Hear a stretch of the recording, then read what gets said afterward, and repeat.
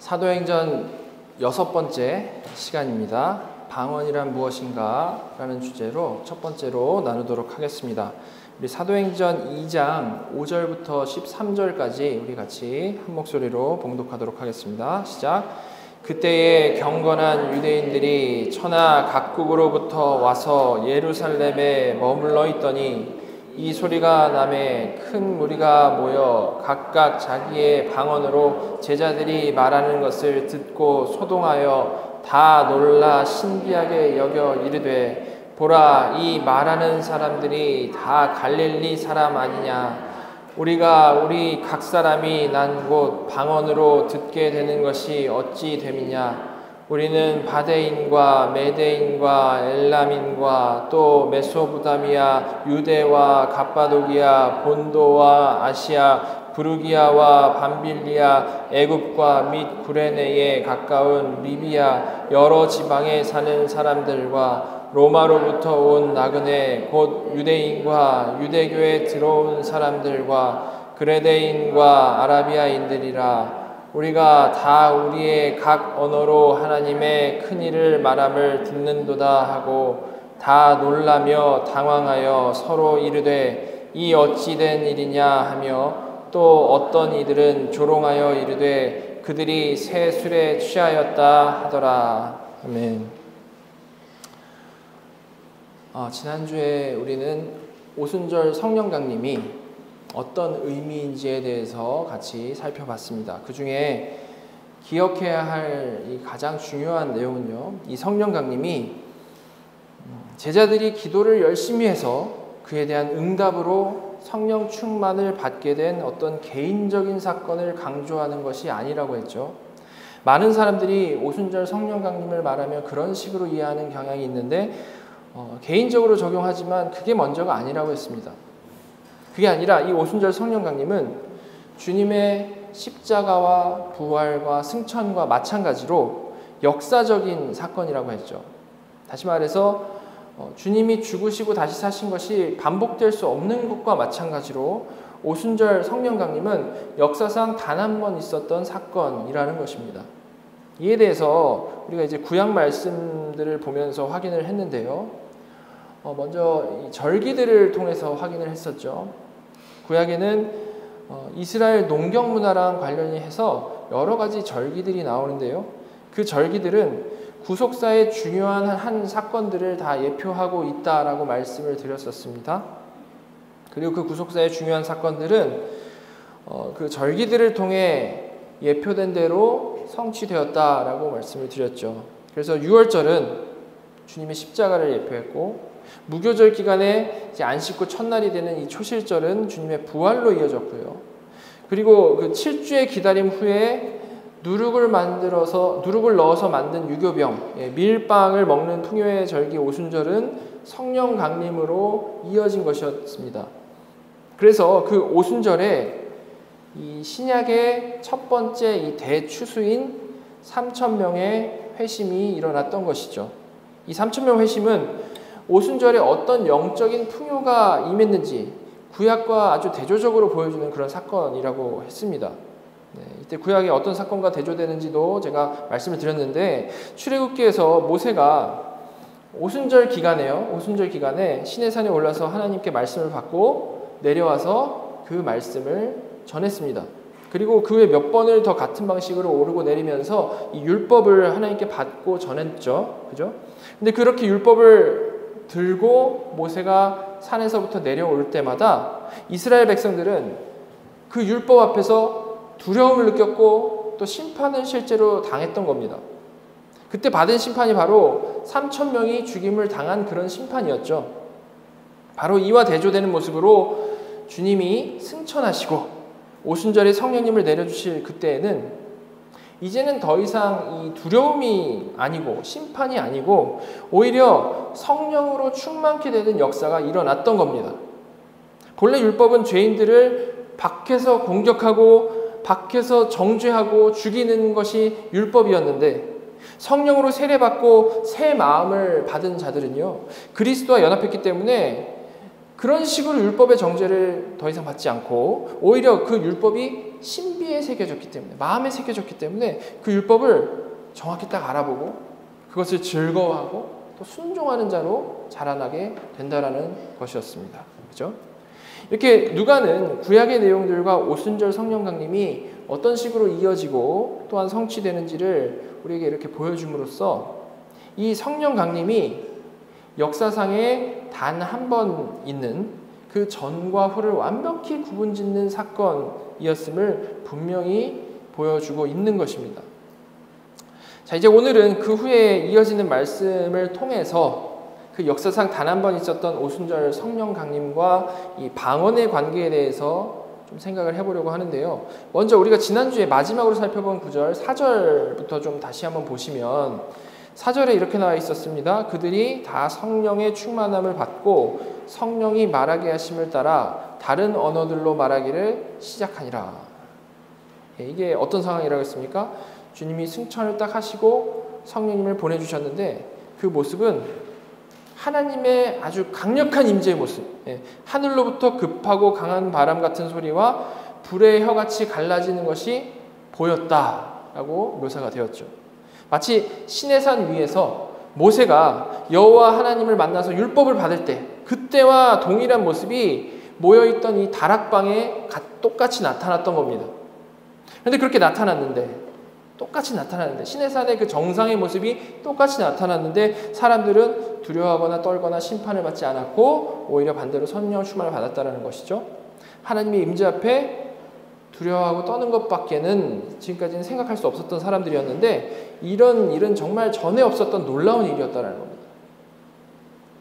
여러분, 이런 일이 일어날 수 있었던 이유가 뭐라고 했습니까? 이는 전적으로 오순절 전에 있었던 예수 그리스도의 십자가와 부활 때문이라고 했죠. 사실 그 자리에 있었던 모든 사람은 한 명의 예외도 없이 하나님의 거룩하심 앞에 불타야 할 죄인이었죠. 그러나 그들은 예수 안에 있었기 때문에 그 불이 그들을 태우지 않고 불이 혀처럼 갈라져 버리는 그러한 역사가 일어났다는 겁니다. 그리고 충만케 한 불은 오히려 그들의 남은 인생 동안 그들을 거룩하게 하는 불로 사용이 되는 것이죠. 정금과 같이 만드는 불, 그죠?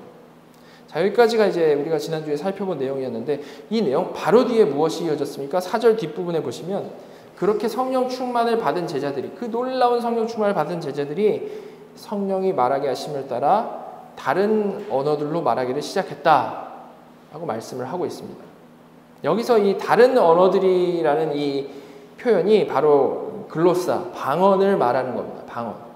예전에 우리가 지금 개역 개정인데 개역 한글 볼 때는요, 여기를 그냥 방언을 말하기 시작했다라고 해석을 했었죠. 자, 여러분, 방언 지금까지 어떻게 이해하고 계셨습니까?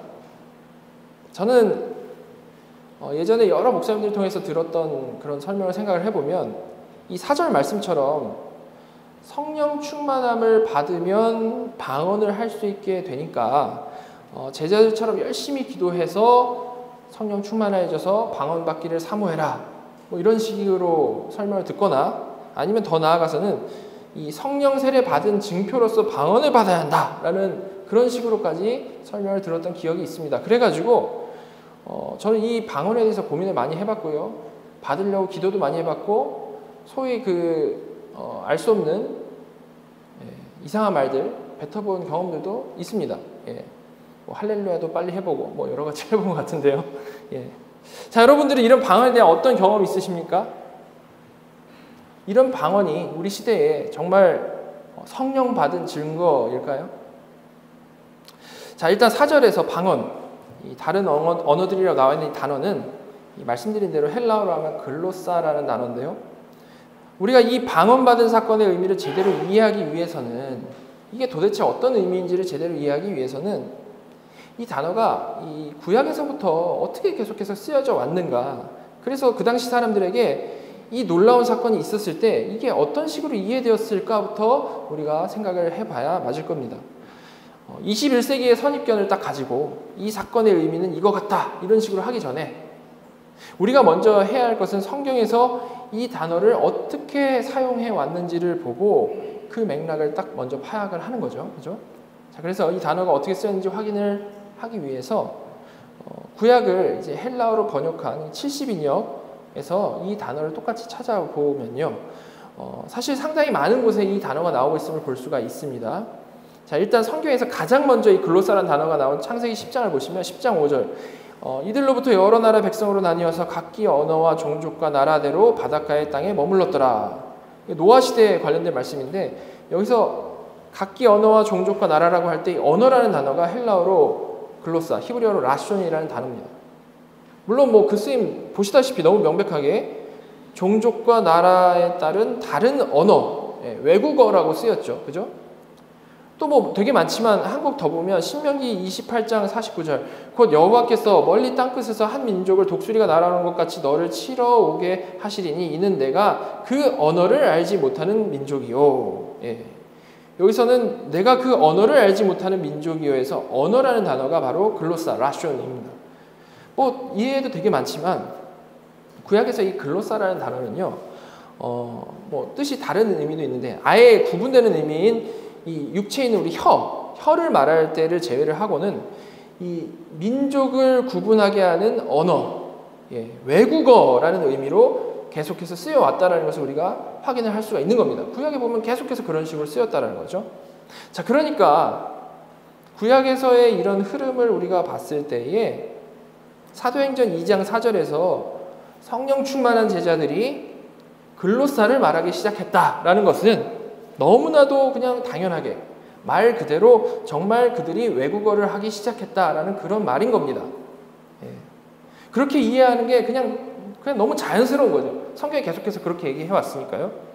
마치 유대인이 성령 충만했더니 갑자기 그 사람들이 한국어를 말했다. 뭐 이런 식으로 외국어를 하게 됐다. 갑작스럽게 그런 말이라는 겁니다.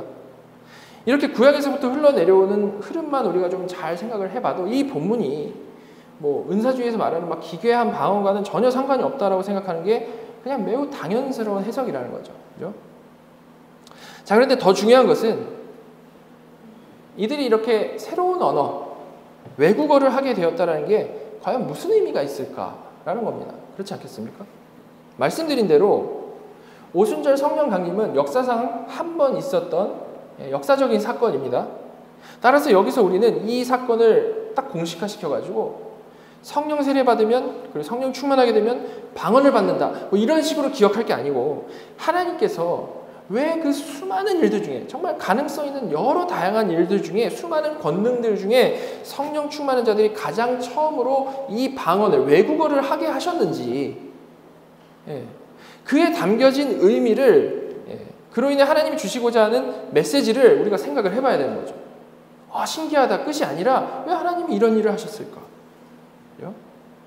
물론 그 의미를 메시지를 이해하는 것도 뭐 지난 시간에 살펴본 구약의 절기, 출애굽기 내용처럼 그리고 조금 전에 구약에서 이 글로사 방언이라는 그 의미를 우리가 외국어로 사용되었다라는 것을 찾아봤던 것처럼 철저히 이 성경의 맥락 안에서 구약과 연결해가지고 우리가 이해를 해야 될 겁니다. 그래서 여러 가지를 따져봤을 때요.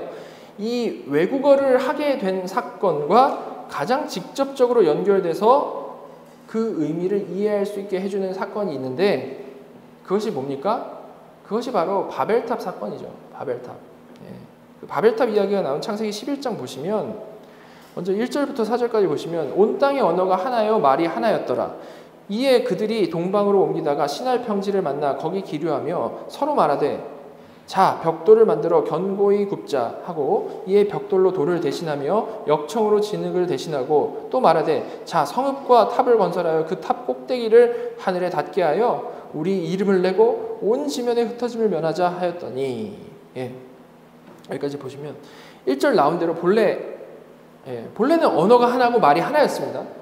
그죠? 한 조상을 가진 사람들이니까 당연하겠죠. 그죠?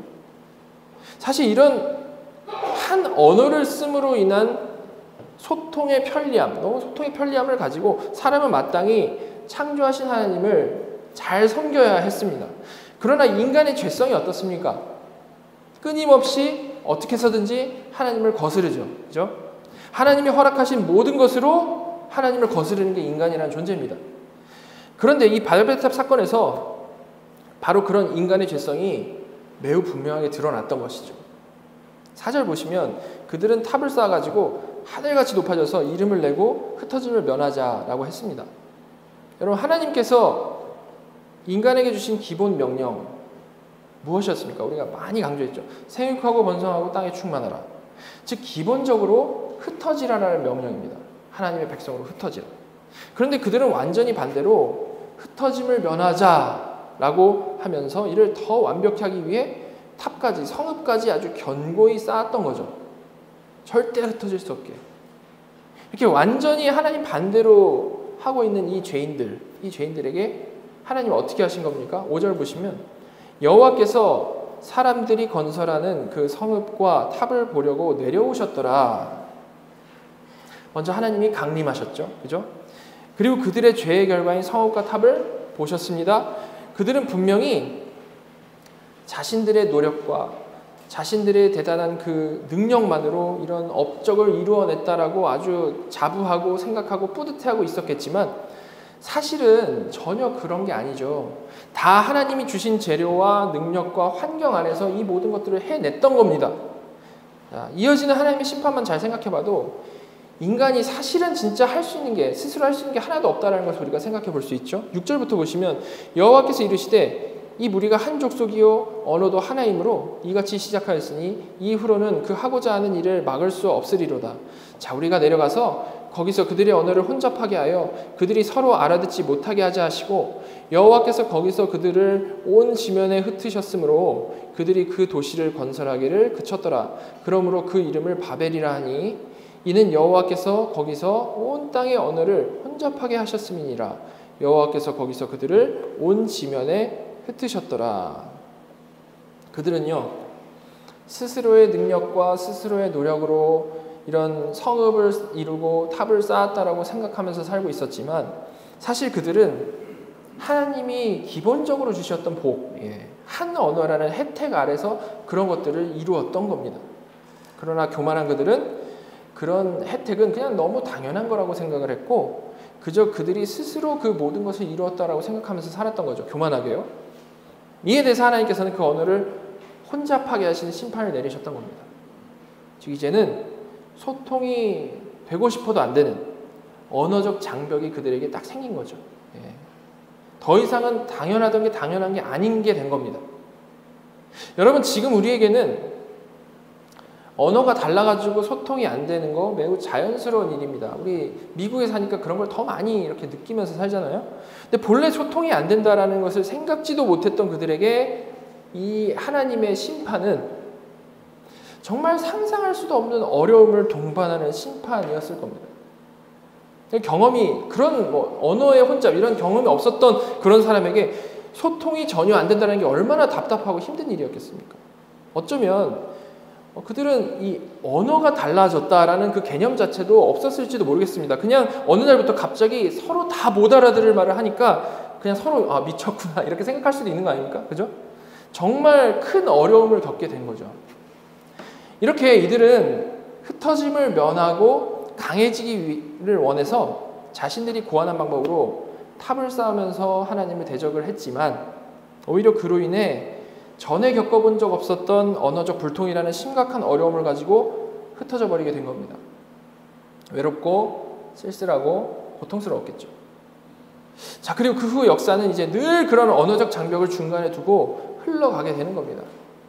자, 근데 오늘 본문은 바로 이런 역사상 내내 있어온 언어적 장벽이 오순절 성령 강림을 통해 회복되었음을 상징적으로 보여주고 있는 겁니다. 여기서도 구약과 병행되는 모습들이 보이는데요. 창세기에서 하나님께서는 강림하셔서 탑을 쌓은 사람들의 죄악을 보시고 언어를 흩으시는 심판을 내리셨습니다. 근데 사도행전에서 하나님께서는 강림하셔서 무엇을 보십니까? 예수 안에 있는 성도들을 보시죠.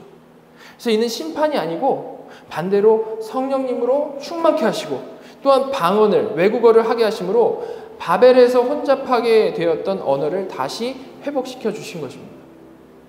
그래서 오늘 본문 뒷부분에 이제 수많은 민족들을 나열하고 그들이 이제 자신의 언어들을 분명히 알아들었다라는 것을 기록을 하고 있는 거죠. 자, 이 언어의 회복은요, 분명히 바벨탑에서 흩어진 것이 다시 회복되었다라는 상징성을 가지고 있는 아주 중요한 사건이었습니다. 제가 왜 여기서 상징적인 의미라고 얘기를 하냐면 이 사건은 바벨탑처럼 어떤 전 지구적으로 일어난 그런 사건이 아니고 방언을 하게 된 자들이 그 후로도 계속해서 막 그 외국어를 유창하게 구사했다라는 그런 말도 아니기 때문에 그렇습니다. 그저 오순절 한날 그 한 곳에 모여있던 제자들에게 일어났던 일이었고 정해진 기간 안에 일어난 그런 일들인 것이죠. 상징적으로 회복이 되었다라는 것을 보여주는 사건이라는 겁니다. 그럼 하나님께서 이런 상징적 회복을 보여주심으로 주시는 메시지 뭐겠습니까? 그것은 주께서 승천하시기 전에 성령 세례를 받고 너희가 권능을 받고 땅끝까지 증인이 되리라 라고 말씀을 하셨죠. 그렇게 말씀을 하셨는데 그렇게 실제로 땅끝까지 즉 이방인에게까지 나아가 증인의 삶을 살아갈 수 있도록 하나님께서 분명히 길을 열어주실 것임을 상징적으로 보여주신 겁니다. 할 수 있게.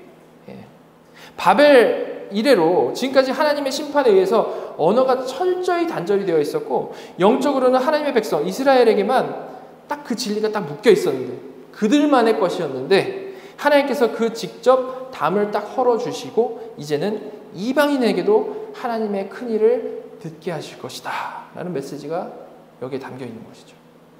영적인 회복을 암시하는 그러한 메시지인 겁니다. 자, 이어지는 본문 보시면 이 사건의 의미에 대해서 이제 좀 더 정확히 이해해 나갈 수가 있게 되는데요. 5절 보시면 그때 경건한 유대인들이 천하 각국으로부터 와서 예루살렘에 머물러 있더니 2장 5절입니다. 오순절로 인해서 천하 각국에서 유대인들이 예루살렘에 모여 있었습니다. 그죠? 그리고 이들에게로부터 제자들의 사역이 딱 이제 시작이 되게 되는 거죠. 이는 주님께서 이 증인으로서의 사역이 예루살렘에서부터 시작될 것이다라는 말씀하신 그 말씀이 여기서부터 지금 성취가 되고 있는 겁니다. 예루살렘에서부터. 자, 이어서 6절 보시면 이 소리가 나매 큰 무리가 모여 각각 자기의 방언으로 제자들이 말하는 것을 듣고 소동하여 이 예루살렘에 모인 사람들은 절기를 지키기 위해 이 오순절 지키기 위해 천하 만국에서 모인 유대인 혹은 이 개종한 이방인들이었기 때문에 기본적으로 각자 다 다른 나라 말들을 사용하던 그런 사람들이었습니다. 그런데 그들은 제자들이 성령 세례 받으면서 자기 나라 말을 포함한 여러 나라 말로 말하는 것을 거기서 바로 보고 들었던 거죠. 이를 경험한 이들에게 이런 일들이 어떤 식으로 받아들여졌을까요? 당연히 너무 놀라웠겠죠. 그렇지 않겠습니까? 그래서 6절에 그들이 소동했다라고 표현을 하고 있습니다. 너무 놀라웠어요. 근데 이 재밌게도 이 표현은요, 우리가 살펴본 이 창세기 11장 그 7절에 여호와께서 언어를 혼란스럽게 하셨다라고 하셨을 때 혼란스럽다라는 단어랑 같은 단어가 쓰였습니다. 지금 이것만 봐도 누가가 지금 이 사건을 기술하면서 바벨탑에서 언어가 혼란스럽게 됐던 것이 오순절 성령 세례를 통해 회복됨을 계속해서 같은 표현으로 표현하고자 했다라는 것을 우리가 알 수 있는 거죠. 자, 그리고 이어지는 7절 8절 다시 보시면 다 놀라 신기하게 여겨 이르되 보라 이 말하는 사람들이 다 갈릴리 사람 아니냐 우리 각 사람이 난 곳 방언으로 듣게 되는 것이 어찌 됨이냐. 제자들이 외국어를 한 것을 들은 사람들 중에 제자들이 어디 출신인지를 아는 사람들이 있었던 겁니다. 그 사람들이요, 그들이 다 갈릴리 사람이어가지고 외국어를 능통하게 할 리가 없는데 이런 일이 일어났다라는 것에 놀라워한 거죠. 그죠? 이를 통해서 더 분명해진 게 뭐냐면 이 사건은 제자들이 원래 좀 알던 언어를 잘하게 된 것도 아니고 뭐 랄랄라 하면서 이상한 소리를 낸 것도 아니라는 것을 너무 분명히 알 수 있는 겁니다. 현지인이 듣고 바로 이해할 수 있는 외국어를 갑자기 하게 됐다라는 거죠. 그리고 나서 보시면 누가는 그때 거기 모여있던 각국에서 예루살렘에 모여있던 유대인들이 어디 출신인지를 쭉 나열하는데요. 9절부터 11절 제가 읽으면 우리는 바데인과 메데인과 엘람인과 또 메소포타미아, 유대와 갑바도기아, 본도와 아시아, 부르기아와 밤빌리아, 애굽과 및 구레네에 가까운 리비아, 여러 지방에 사는 사람들과 로마로부터 온 나그네, 곧 유대인과 유대교에 들어온 사람들과 그레데인과 아라비아인들이라. 우리가 다 우리의 각 언어로 하나님의 큰 일을 말함을 듣는도다 하고. 이 목록도 사실 이걸요 더 자세히 비교를 해보면 이 창세기 10장에 바벨탑 사건 바로 이전에 70민족의 목록이 쭉 나옵니다. 근데 이걸 압축한 거라는 것을 우리가 확인을 할 수가 있습니다. 즉 누가는 이 목록을 통해서도 이 바벨탑 사건의 회복으로서 이 언어의 회복 사건이 일어난 것임을 표현을 하고 있는 거죠. 자, 근데 그들의 출신을 쭉 나열하고 11절에 뭐라고 하고 있습니까? 그들의 표현을 인용하여 우리가 다 우리의 각 언어로 하나님의 큰일을 말함을 듣는도다 라고 말을 하고 있습니다.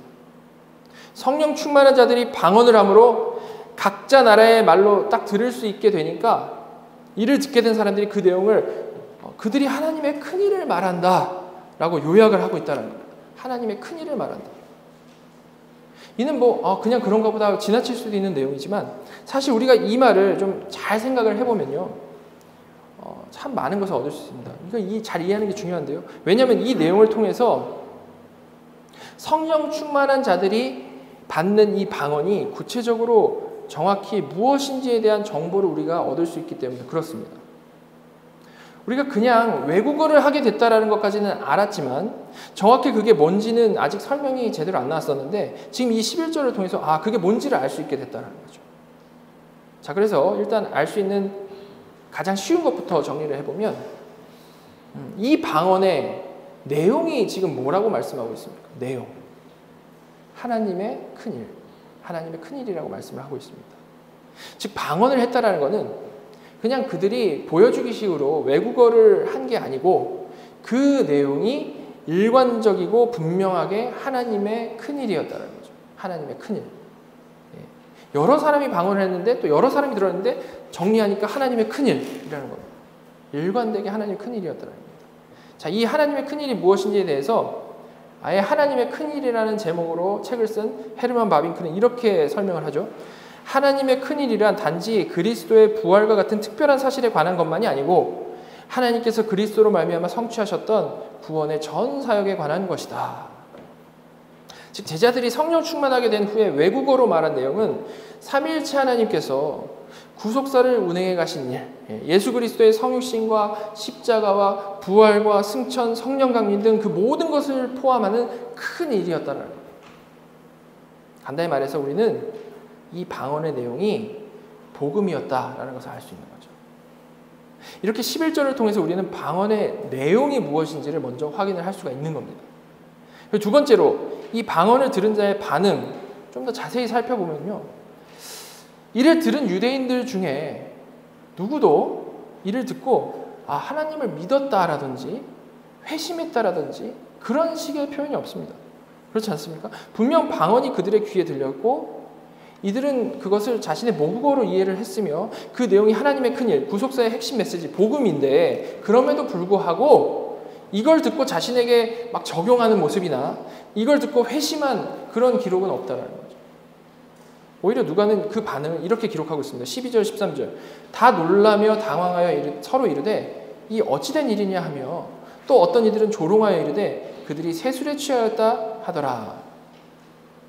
다 하나같이 놀라 당황하면서 이게 도대체 무슨 일이냐라고 한 겁니다. 그리고 또 어떤 이들은 조롱하면서 이를 술 취한 거다라고 폄하를 하고 있는 거죠.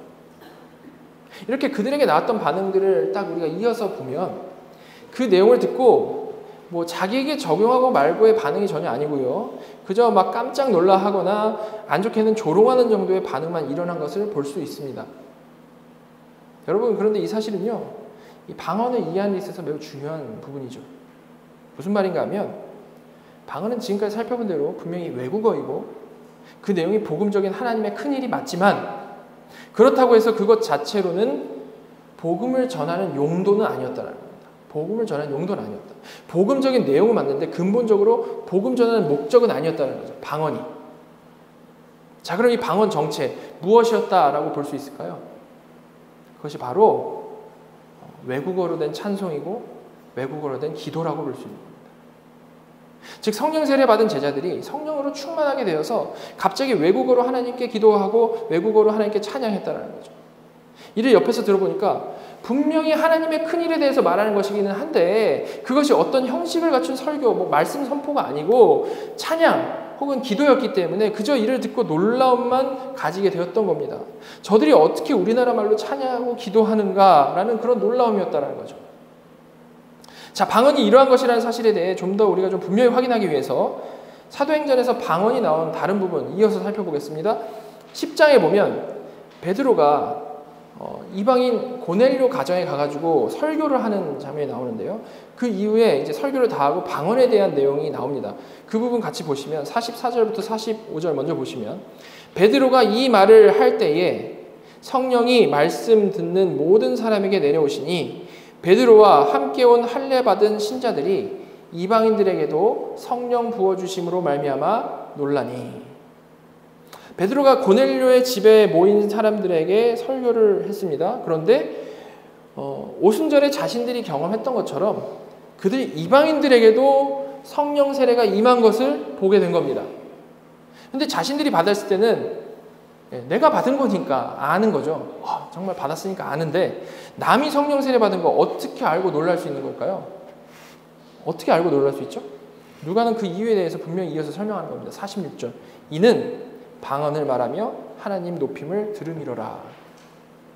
이방인 고넬료 가정의 모든 사람에게 성령 세례가 임한 것을 그들이 방언을 하는 것을 봄으로 확신을 하게 됐는데 그 내용이 하나님을 높임이라서 확신하게 되었다는 거죠.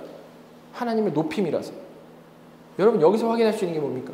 이 방언은 이번에도 역시 그 내용을 분명히 이해할 수 있는 외국어였다는 사실이죠. 그죠? 고넬료와 그 가정 사람들이 성령 받은 후에 평소에 자기들이 사용하는 그런 언어가 아니라 다른 언어로 말했기 때문에 방언을 하고 있다라는 판단을 했을 거고 분명히 그 방언에는 정확한 내용이 있었고 이해할 수 있었기 때문에 그 베드로와 함께 온 그 신자들이 같이 판단을 하길 아마도 뭐 그 중에 그 방언을 이해할 수 있는 출신 사람이 있었겠죠. 그들이 같이 판단하길 그들이 하나님을 높인다. 즉 2장 표현대로 하면 하나님의 큰일을 말하고 있다. 이렇게 말을 한 겁니다. 단지 랄랄라 한 것이면 절대 그들이 방언할 때 하나님을 높임을 들었다라고 말을 할 수가 없었겠죠. 그죠? 자, 또한 여기서 하나님께서 그들이 방언을 하게 하신 이유가 찬양이 아니라 만약에 이게 복음 전파라면요. 복음 전파라면 상당히 어색한 상황이 되게 됩니다. 왜 그럴까요?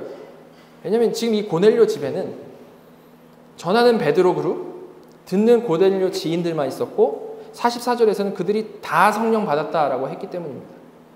다 성령 받고 방언을 하는데 그게 찬양이 아니라 설교라면 전한 베드로에게 전하라는 목적으로 주신 건 아니겠고 누구를 향해서 그 설교를 하겠습니까? 상당히 지금 이상한 상황이 되는 거죠. 그죠?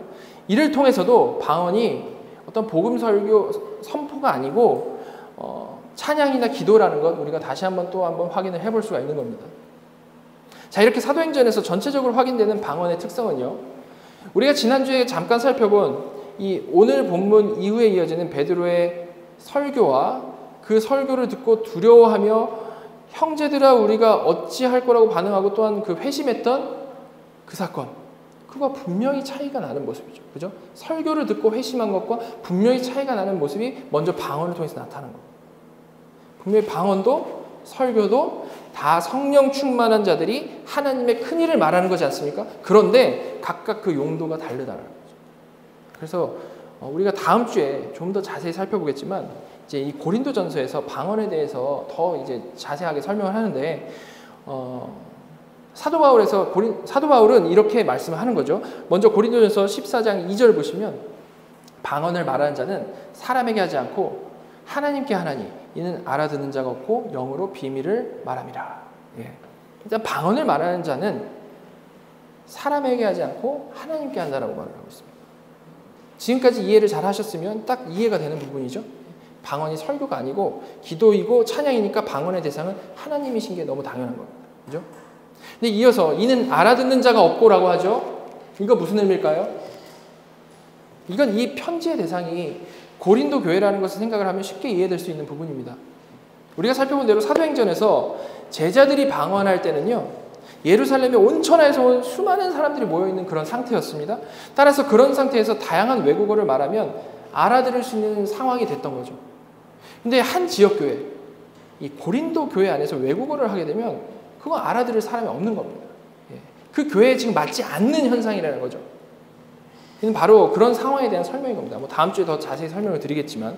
그리고 이어서 영으로 비밀을 말한다라고 말씀을 하는데 이는 뭐 아무도 모르는 비밀스러운 말을 한다는 얘기가 전혀 아니고요. 그 내용이 하나님의 비밀이라는 겁니다. 사도행전에 이미 언급된 하나님의 큰일, 곧 복음을 말한다라는 거죠. 네, 하나님의 비밀이 이 복음이다, 하나님의 큰일이다라는 이 근거는 성경 여러 곳에 나오는데 몇 곳만 찾아보면 디모데전서 3장 16절 우리가 봤던 구절이죠. 크도다 경건의 비밀이여 그렇지 않다 하는 이 없도다. 그는 육신으로 나타난 바 되시고 영으로 의롭다 하심을 받으시고 천사들에게 보이시고 만국에서 전파되시고 세상에서 믿음 받으시고 영광 가운데서 올려지셨느니라. 그죠? 하나님의 큰일이 이 복음에 대해서 설명하고 있는 걸 얘기를 하고 있습니다. 골로새서 1장에서도 아주 분명히 나오죠. 26절, 27절. 이 비밀은 만세와 만대로부터 감추어졌던 것인데 이제는 그의 성도들에게 나타났고 하나님이 그들로 하여금 이 비밀의 영광이 이방인 가운데 얼마나 풍성한지를 알게 하려 하심이라. 이 비밀은 너희 안에 계신 그리스도시니 곧 영광의 소망이니라. 그렇죠. 이 비밀, 무스테리오는 복음을 말하는 거고 그리스도를 말하는 것이라고 성경은 분명히 얘기를 하고 있습니다. 이를 사도행전 2장에서는 하나님의 큰일이라고 한 것이고 이런 내용을 가지고 한 찬양이 방언이기 때문에 사도행전 10장에서는 하나님을 높임을 들었다라고 말씀을 한 거죠. 네. 자, 다시 정리하면 방언은 정체불명의 이상한 소리가 아니고 분명히 외국어를 말하는 거고요. 그 내용은 하나님의 큰일, 하나님의 비밀, 복음, 곧 그리스도이고 그 형식은 하나님을 향한 기도요, 찬양이라는 겁니다. 자, 여기까지가 이제 사도행전을 통해서 살펴본 방언의 의미인데요. 이제 다음 주에 이어서 이 고린도전서를 살펴보면서 방언에 대해서 좀 더 자세히 우리가 정리를 해 나가도록 하겠습니다. 자, 설교를 정리하며 마지막으로 오늘 본문의 상황 좀 다시 한번 좀 생각을 해봤으면 좋겠습니다. 오늘 본문의 상황이요. 오늘 본문에서 제자들은 역사상 한 번 있었던 오순절 성령 강림을 경험했습니다. 그렇죠? 급하고 강한 바람과 같은 소리와 함께 불의 혀같이 갈라지는 것을 눈으로 목도했죠. 그리고 성령님이 충만케 하신 것을 경험을 했고요. 전혀 알지도 못하는 외국어로 하나님 찬양하는 것을 경험했습니다. 그죠? 정말로 잘 생각해보면 엄청난 사건이었고 엄청난 기적을 경험을 한 거죠. 이 모든 것을 거기 있던 전체 공동체가 같이 경험을 했던 겁니다. 여러분, 이 사건은 우리에게 매우 익숙하지만요. 사실 이걸 잘 생각해보면 이게 정말 얼마나 놀라운 하나님의 역사입니까? 그렇지 않습니까? 그죠? 근데 오늘 본문의 시작인 이 5절 보시면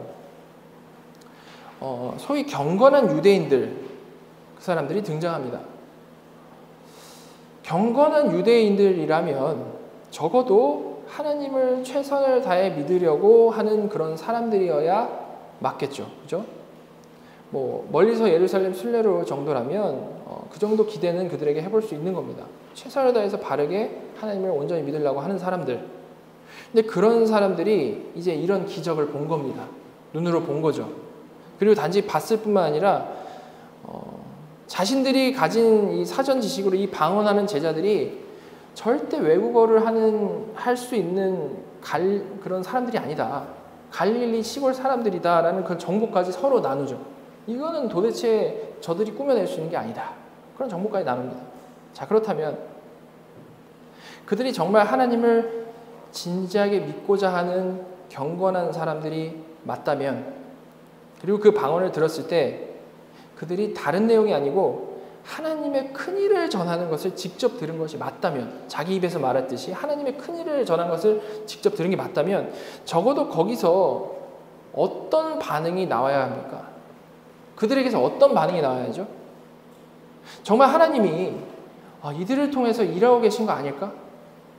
내가 뭔가 지금 놓치고 있는 거 아닐까라고 생각을 하며 그들을 귀하게 여겨야 맞겠죠.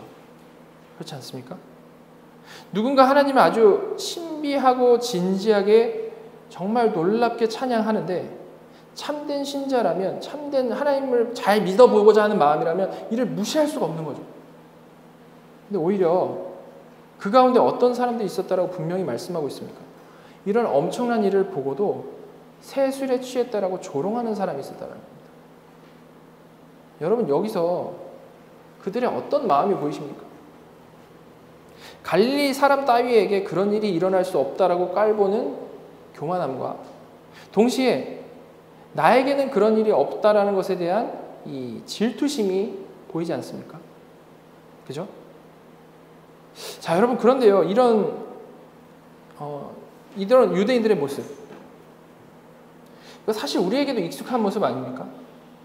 교회 생활하다 보면 처음부터 끝까지 남들을 비판하는 사람들이 있습니다.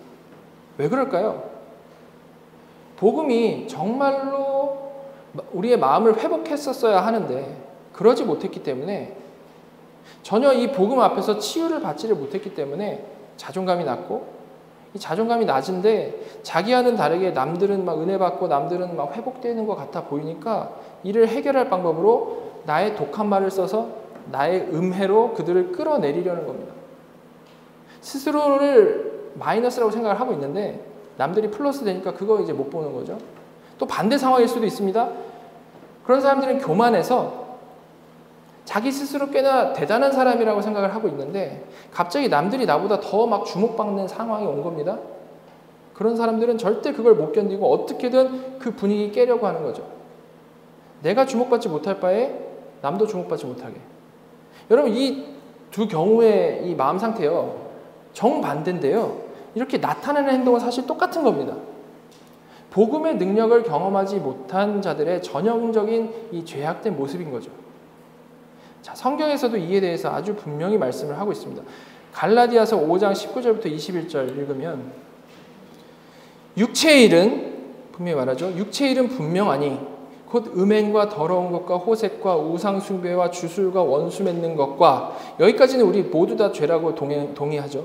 근데 이걸 잘 생각을 못합니다. 분쟁과 시기와 분냄과 당짓는 것과 분열함과 이단과 투기와 술 취함과 방탕함과 또 그와 같은 것들이라. 전에 너희에게 경계한 것 같이 경계하노니 이런 일을 하는 자들은 하나님의 나라를 유업으로 받지 못할 것이요. 여러분, 이 말씀을 진지하게 들으시기 바랍니다. 오늘 본문에서 하나님의 큰 일을 보고 듣고도 이를 비판하고 조롱한 사람들, 다른 사람들이 아니죠. 교회 안에서 늘 비판하고 분열시키고 이간질하는 사람들이 바로 그런 사람들인 겁니다. 그래서 성경은 아주 분명히 그들은 하나님 나라를 유업으로 받지 못한다라고 말씀을 하고 있습니다. 네, 물론 오직 믿음으로 우리는 의롭다함을 받고 그리스도와 연합하여 은혜로 구원받습니다. 그죠? 그러나 그런 이신칭의 진리를 목 놓아 전했던 사도 바울이 이렇게도 정확하게 이런 일을 하는 자들은 하나님 나라를 유업으로 받지 못한다라고 말씀한 이유는 무엇입니까? 그 이유는 정말로 거듭난 성도, 정말 성령 세례 받은 성도는 분명히 연약해서 살아가면서 죄를 짓죠. 죄를 짓지만 분명히 성령님이 그 안에 계시기 때문에 순간순간 쓰러진다 할지라도, 순간순간 개인적인 죄를 짓는다 할지라도 절대로 지금 읽은 이런 모습, 절대 분쟁과 시기와 분냄과 당짓는 것과 분열함이 그의 성품이 되거나 그의 습관이 되거나 그의 교회 생활이 되거나 그의 평판이 될 수가 없다라는 겁니다. 계속해서 그런 식으로 살아갈 수가 없다라는 거죠. 왜 그렇습니까? 정말 하나 되게 하시는 성령님이 내 안에 계시다라면, 그 안에 계시다라면 용서와 인내와 사랑인 마음이 그 디폴트가 되는 그 성령님이 내 안에 계시다라면 분열 분리를 보면 마음이 불편할 수밖에 없기 때문에 그렇습니다. 그런데 그런 분열이 마음이 불편한 사람에게, 그런 분열이 기본적으로 마음이 불편한 사람에게 자신의 능력과 에너지를 써가지고 그런 사람이 교회를 그렇게 와해하는 방향으로 이끌고 가겠습니까? 절대 그럴 수 없죠. 절대 그럴 수 없습니다. 그래서 사도 바울은 너무나도 분명히 그런 사람을 하나님 나라를 유업으로 받지 못할 자라고 분명히 말씀을 하는 겁니다. 오늘 본문에 하나님의 큰 일을 보고도 이를 비판하고 조롱한 소위 경건한 유대인 같이 말입니다. 겉보기에는 경건한 유대인인데 그 마음에는 골물대로 골마 있는 거죠. 여러분 어떠십니까? 자신을 돌아보시면 나에게 이런 모습이 조금이라도 있다면 정말로 하나님께 자신의 죄를 인정하고 그리스도의 공로에 힘입어서 아버지께로 돌아가는 것, 회개하시기 바랍니다. 그리고 이렇게 은혜 받은 성도를 공격하는 입장, 그것만이 아니고 성령 충만하게 되어 하나님의 큰 일을 경험하고 또한 입으로 고백하게 된 그 제자들의 입장도 좀 같이 생각해 보면 좋을 것 같습니다. 여러분, 이들은 주님께 약속을 받았고요. 또한 이를 기다리며 간절히 기도했고요. 그리고 결국 약속하신 대로 성령님이 강림하셔가지고 크고 놀라운 일을 경험했습니다. 주님의 뜻대로 된 것이고 앞으로 그들이 나아가야 할 길은 너무나도 정당하고 복된 증인의 길임에 틀림없는 거죠. 그 길에 서 있는 겁니다. 바른 길에. 자, 근데 그렇게 약속의 성취를 멋지게 경험하고 나서 마주한 첫 번째 사건이 무엇입니까? 그것이 바로 술 취했다고 하며 받은 조롱입니다. 술 취했다고 하며 받은 조롱.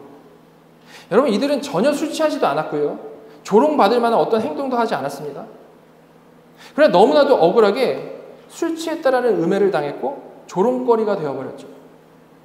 이런 상황에서 이들은 아마도 하나님, 정말 바른 길 가려고 하는데 왜 이런 억울한 일이 나에게 생기는 것입니까? 라고 자신의 마음을 하나님께 토로할 수도 있었을 겁니다.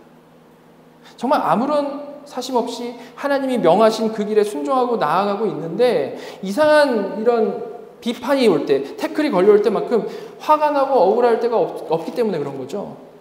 자, 그러나 주님께서는 이미 그들에게 이렇게 말씀하셨습니다. 요한복음 15장 18절부터 21절. 세상이 너희를 미워하면 너희보다 먼저 나를 미워한 줄 알라. 너희가 세상에 속하였으면 세상이 자기의 것을 사랑할 것이나 너희는 세상에 속한 자가 아니요 도리어 내가 너희를 세상에서 택하였기 때문에 세상이 너희를 미워하느니라. 내가 너희에게 종이 주인보다 더 크지 못하다 한 말을 기억하라. 사람들이 나를 박해하였은즉 너희도 박해할 것이요 내 말을 지켰은즉 너희 말도 지킬 것이라. 그러나 사람들이 내 이름으로 말미암아 이 모든 일을 너희에게 하리니 이는 나를 보내신 이를 알지 못함이라. 여러분, 바른 길 간다고 진리를 따른다고 그 길이 절대 평탄하지 않습니다. 오히려 더 어렵고 더 가혹할 수 있죠. 왜 그렇겠습니까? 주님이 말씀하신 대로 세상은 주님을 미워하기 때문에 그렇습니다. 우리가 주님을 사랑하면 주님을 미워하는 세상은 당연히 우리를 공격하게 되어 있죠. 사탄은 정말 바른 길 가려는 자를 어떻게든 지치게 해야 하기 때문에 그렇습니다. 그러나 그런 상황에서 너무나도 억울하고 너무나도 지치는 그 상황에서 우리는 무엇을 기억해야 할까요? 바로 주님의 이 말씀입니다. 요한복음 16장 33절 같이 한 목소리로 읽도록 하겠습니다. 시작. 이것을 너희에게 이르는 것은 너희로 내 안에서 평안을 누리게 하려 함이라. 세상에서는 너희가 환난을 당하나 담대하라. 내가 세상을 이겨노라. 아멘. 여러분, 우리가 바르게 하려고 할 때 말씀드린 대로 분명히 억울하고 힘든 상황을 겪게 됩니다. 주님이 말씀하신 대로 주 안에 있는 자들은 환난을 당하게 되어 있기 때문에 그렇죠. 그러나 그럼에도 불구하고 우리가 담대할 수 있는 이유가 무엇입니까? 이것도 역시 우리가 주 안에 있기 때문에 그렇습니다. 우리는 연약해서 그런 억울한 상황에서 지치고 힘들고 포기하고 싶을 때가 참 많이 있습니다. 분명히 있죠. 그러나 분명히 우리는 여전히 주님 안에 있기 때문에, 그리고 그 주님께서는 이미 세상을 이기셨기 때문에 그 주님 안에서 우리는 담대할 수 있다는 겁니다. 아무리 억울한 상황이 와도, 아무리 환난이 와도 좌절과 낙심으로 가고 불순종으로 가는 게 아니라, 그 환난 중에 더 나빠지는 게 아니라, 불순종으로 가고 좌절로 가는 게 아니라 이미 이기신 주님께로 가는 겁니다. 그렇게 주님께로 가서 그 십자가와 같은 현실에서 거기서 그냥 울고만 있는 게 아니라 믿음으로 주님과 함께 부활하고요, 믿음으로 주님과 함께 승천하여서 영원히 약속된 성도의 자리, 보좌 우편의 그 자리로 가서 우리는 믿음으로 앉는 거죠. 여러분, 이렇게 믿음으로 예수 안에 있다라는 것은 예수 안에서 그냥 예수님과 같이 그냥 고난만 당하고 처음부터 끝까지 그냥 우울하게 산다는 말이 전혀 아닙니다. 그게 아니고, 그렇게 우리 인생 가운데 십자가를 우리가 경험할 때마다 우리는 동시에 부활을 경험하고 승천을 경험하는 거죠. 그리고 거기서 우리는 그 어디나 하늘나라라고 찬양할 수 있게 되는 겁니다. 이것이 바로 이미 온 하나님 나라를 누리는 성도의 인생이라는 거죠. 여러분, 오늘 본문 이후에 바로 이제 베드로의 설교가 이어지는데요. 베드로는 바로 이 믿음의 비밀을 알았던 겁니다. 그래서 아무리 옆에서 조롱하고 아무리 옆에서 비웃어도 그것 때문에 아직은 때가 아닌가 보다 하면서 피하고 뒷걸음질치고 낙심하고 우울해하는 게 아니고, 나는 이미 주 안에서 부활하였다라는 것, 나는 이미 주님과 같이 하늘에 앉혀졌다라는 것을 기억하면서 하늘에 앉은 자로서 땅을 향해 담대하게 주님의 복음을 선포했던 겁니다. 받은 불을 땅을 향해 뿌렸던 것이죠. 이것이 바로 순종의 삶이며 이것이 바로 증인의 삶이고, 바로 그곳에 3,000명의 열매가 기다리고 있었던 겁니다. 여러분, 소위 이 경건한 유대인과 성령 충만한 제자들 중에 어느 쪽에 위치하고 계십니까? 전자라고 생각되시는 분들은 정말 회개하시고 은혜를 구하시기 바랍니다. 끝까지 어떤 자존심 세울 게 아니고 정말 자신을 제대로 보고 무너진 마음으로 손들고 하나님 아버지 앞에 나아갈 때에 자비로우신 하나님께서는 긍휼히 여겨주시며 은혜를 부어주실 것을 믿습니다. 그리고 이미 제자이신 분들, 그러나 세상에 또한 교회 안에 어떤 조롱과 비난으로 인해서 위축되고 주저하고 계신 분들, 주님의 말씀, 내가 이미 세상을 이겼다, 내가 이미 세상을 이겼다라는 그 말씀을 믿음으로 붙잡으시기 바랍니다. 그래서 나의 능력이 아니고 그리스도를 믿는 그 믿음으로 우리 삶 가운데의 십자가에서 단번에 하나님 보좌 우편까지 올라가서 담대함으로 순종하며 이 이미 온 하나님 나라를 살아가는 경건한 성도들 다 되시기를 간절히 소망합니다. 하나님께서 은혜 주셔서 우리 모두가 정말 하나님의 큰 일을 알고 경험하고 풍성히 누려가는 복된 인생 살아갈 수 있기를 간절히 소망합니다. 우리 같이 기도하겠습니다. 하나님, 오늘 방언이 무엇인지 그 의미와 그 역할 알게 하여 주셔서 감사드립니다. 또한 그 내용을 우리가 안 것뿐만이 아니라 이 제자들이 방언을 받은 것과 사람들이 이에 반응한 그 사건을 통해서 우리 자신을 돌아보게 하여 주셔서 감사드립니다. 하나님, 저희 가운데 바리새인처럼 교만한 마음으로 시기하고 질투하고 정죄하고 분열시키고 이간질하는 모습이 있었다면, 매번 같은 패턴 안에서 몸은 교회에 속하였으나 지옥을 살아가는 삶을 끊을 수 있도록 불같은 성령님께서 역사해 주시기를 간절히 소망합니다. 이런 나의 모습을 제대로 인식할 수 있도록 영의 눈을 활짝 열어주시고 아파하게 하여 주시고 회개하게 하여 주셔서 예수 안에서 성령 안에서 복음으로 치유받게 하여 주시옵소서. 하나님, 또한 저희 가운데 제자의 삶, 증인의 삶을 살아가는 동안 정말 알 수 없는 공격으로 지쳐있는 자녀들이 있다면 지금 이 시간 그리스도를 명백히 바라보게 하여 주셔서 우리가 주와 함께 십자가만이 아니라 부활과 승천을 누리는 자들이라는 것, 정말로 이미 주께서 다 이기셨다는 것을 믿으며 살아가게 하여 주시옵소서. 그래서 어떤 상황에서든지 우리 주 예수 그리스도를 믿는 그 믿음으로 담대하며 자유한 자들 다 되도록 은혜 내려주시고, 그렇게 증인의 삶 살아가는 가운데 풍성한 열매 맺어가게 인도하여 주시옵소서. 지금 이 시간 주님께서 베풀어 주신 복된 성찬을 나눕니다.